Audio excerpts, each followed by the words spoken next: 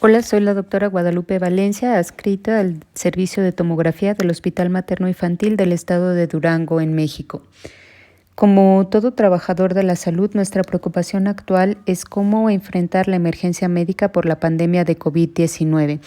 Gracias a la gran cantidad de información generada por los países que ya han enfrentado la etapa crítica de transmisión y a su difusión gratuita en revistas médicas, tenemos la oportunidad de enfrentarnos a esta situación con un plan organizado basado en su experiencia. En cuanto a información general, sabemos que la epidemia comenzó en diciembre del 2019 en China y que a partir del 6 de enero se le denomina como enfermedad por COVID-19. El hallazgo radiológico predominante es la neumonía, ya sea como inflamación intersticial o como zonas de consolidación extensa. Algunos pacientes con neumonía demostrada radiológicamente no muestran datos de hipoxemia o dificultad respiratoria. También existe gran disparidad en el abordaje diagnóstico entre los diferentes países y regiones del mundo debido a la controversia en cuanto a si se deben aplicar o no pruebas de detección,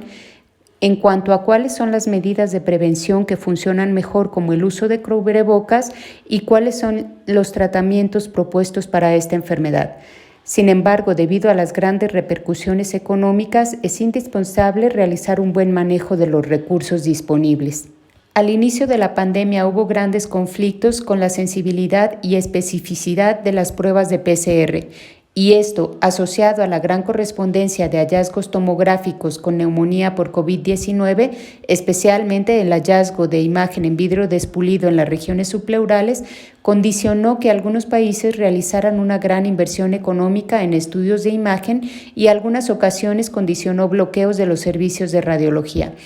Actualmente existen dos tendencias, principalmente los países asiáticos, que realizan muchos estudios tomográficos para la detección y seguimiento de sus pacientes, y hay una nueva tendencia principalmente en países europeos como Italia, donde los estudios tomográficos se realizan exclusivamente en los pacientes donde el hallazgo de radiografía convencional no es concluyente. Asociado a esta problemática, nos enfrentamos a las dificultades en la sanitización de las salas de radiología, en donde las pautas propuestas por la Sociedad Española de Radiología Médica, el SERAM, el 23 de marzo, sugieren que además de la limpieza y desinfección de las salas y del equipo utilizado para este tipo de pacientes, de ser posible, es necesario la ventilación de la sala durante 1 hora.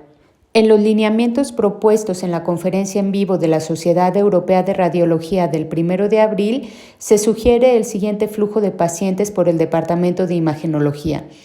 El paciente con sospecha de COVID, pero sin dificultad respiratoria, no requiere estudio radiológico y será sometido a aislamiento y a espera de prueba de resultados de PCR. El paciente con sospecha de COVID, pero con dificultad respiratoria, se realizará radiografía de tórax y si el hallazgo es concluyente, se realizará aislamiento, espera de resultados de PCR y estudios radiológicos de seguimiento en cada etapa de la enfermedad.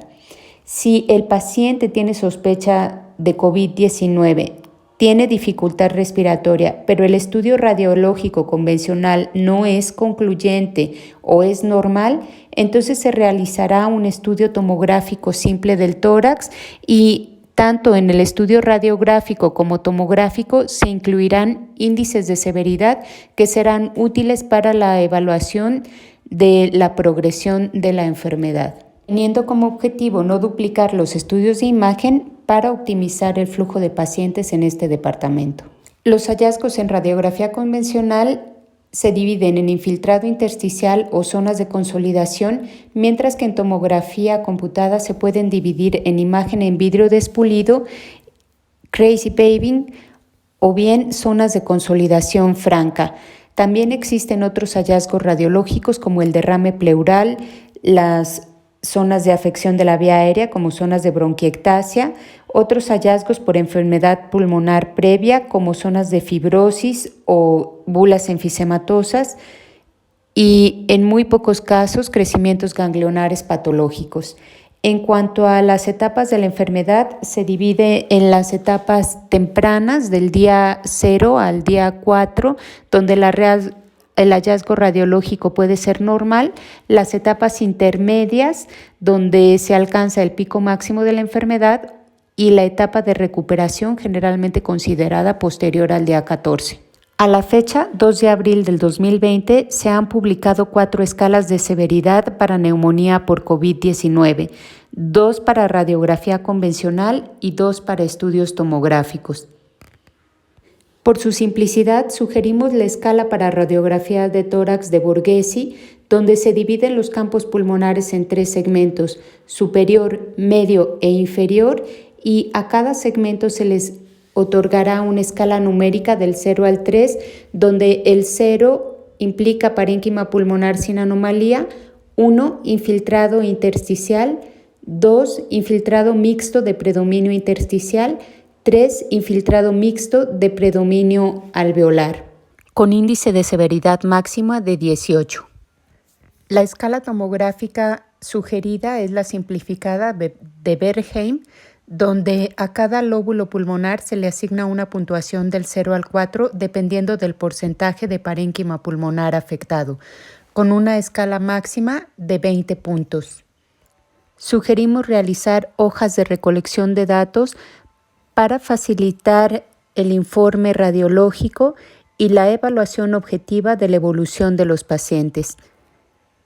Esperando sea de utilidad, me despido de ustedes. Gracias.